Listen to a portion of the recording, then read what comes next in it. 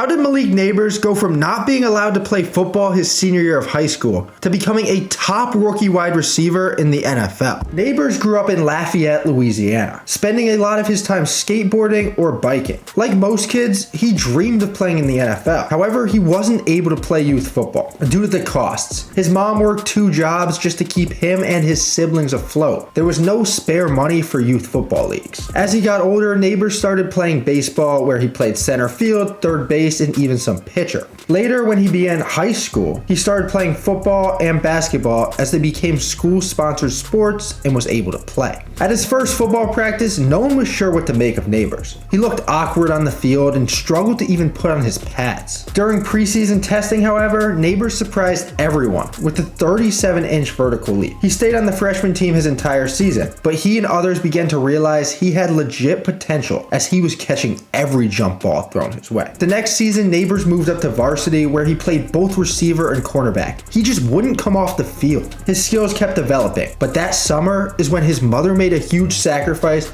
that changed everything. Nabers wanted to try out for the Louisiana Bootleggers, a 7-on-7 team, and their coach had recently finished playing arena football. Nabers' mother used the last money in her bank account just to get him to that tryout. Nabers did more than just make the team. He found a mentor in that coach. He recognized his potential and wanted to help. He would drive him to camps, help him work on his routes, and he even created a highlight reel from his 7-on-7 season to send to his colleges. And this highlight reel was impressive. So impressive that just from that 7-on-7 play, he received 17 college offers. Malik Nabers had that dog in him. The next year, his junior season, he caught 58 passes for 1,200 yards and 21 touchdowns. He was a 4-star recruit and committed to Mississippi State on his birthday before the start of his senior season. However, Nabers didn't know it yet, but his last season of high school football would actually be that junior year. His mom moved to Youngsville for a new job, and because of that, Nabers would be transferring to Southside, a new high school for his senior year. Should have been no problem, but his defensive coordinator was also hired there, and the ruling was Nabers was ineligible to play because he followed a coach there. Nabers was undeterred,